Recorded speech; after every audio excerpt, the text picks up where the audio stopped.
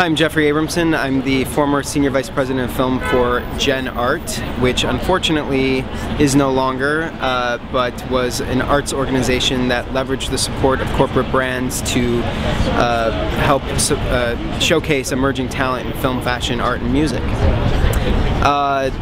This is an interesting festival for me because it's my 10th year coming to Toronto, but the first year that I'm not here as a programmer. So I'm very used to spending most of my day in the dark theater watching back-to-back films and experiencing the hopes and dreams and fears of filmmakers from around the world. And this year I'm a little bit more in networking mode, so I'm experiencing the hopes and dreams and fears of my fellow film industryites. And I'm feeling that it's a relatively positive year. Things are getting bought, and business seems to be moving from what I gather, from what I'm hearing. But it is an industry that everyone agrees is still broken, and people are looking for answers. Something that I've been trying to work on is leveraging the support of corporate brands to create integrated marketing programs that can align with the release of independent films. Not unlike how studios do it with large brands, but something a little more customized and organic, working with smaller distributors or on DIY releases as well.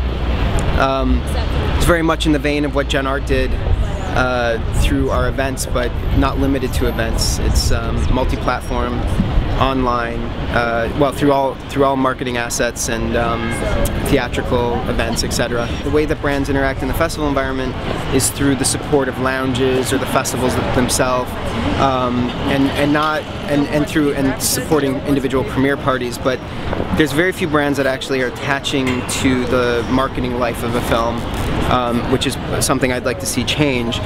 But Toronto has been slowly catching up with Sundance in terms of having a lot of brands surrounding the festival, activating through lounges and premiere parties. It's not nearly as frenetic as Sundance, and I get the sense that not nearly the same amount of money is being spent here, but there's something about being in Utah where it's very condensed. The bang for buck is a lot higher. I mean, it took me a while to even discover everything that was going on here. You know, I think I probably still haven't seen everything, so that's not necessarily a good sign for a brand if you know, you're doing something you think is going to be splashy and people don't even know what's happening, because you want to expose your brand not only to the people that are invited to come to the space, but to the passers-by and the media and everybody. I realize that I'm not so much a film person as I am an audience person, and filmmakers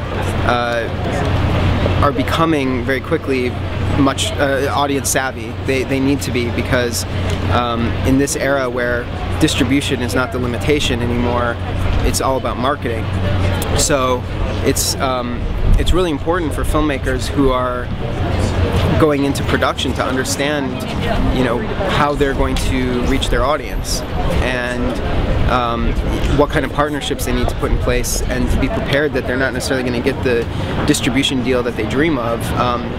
But they do have the capability of perhaps building the distribution platform that they dream of, and you know, they just need to find the financial support, the partnerships, and a core audience that believes in the product.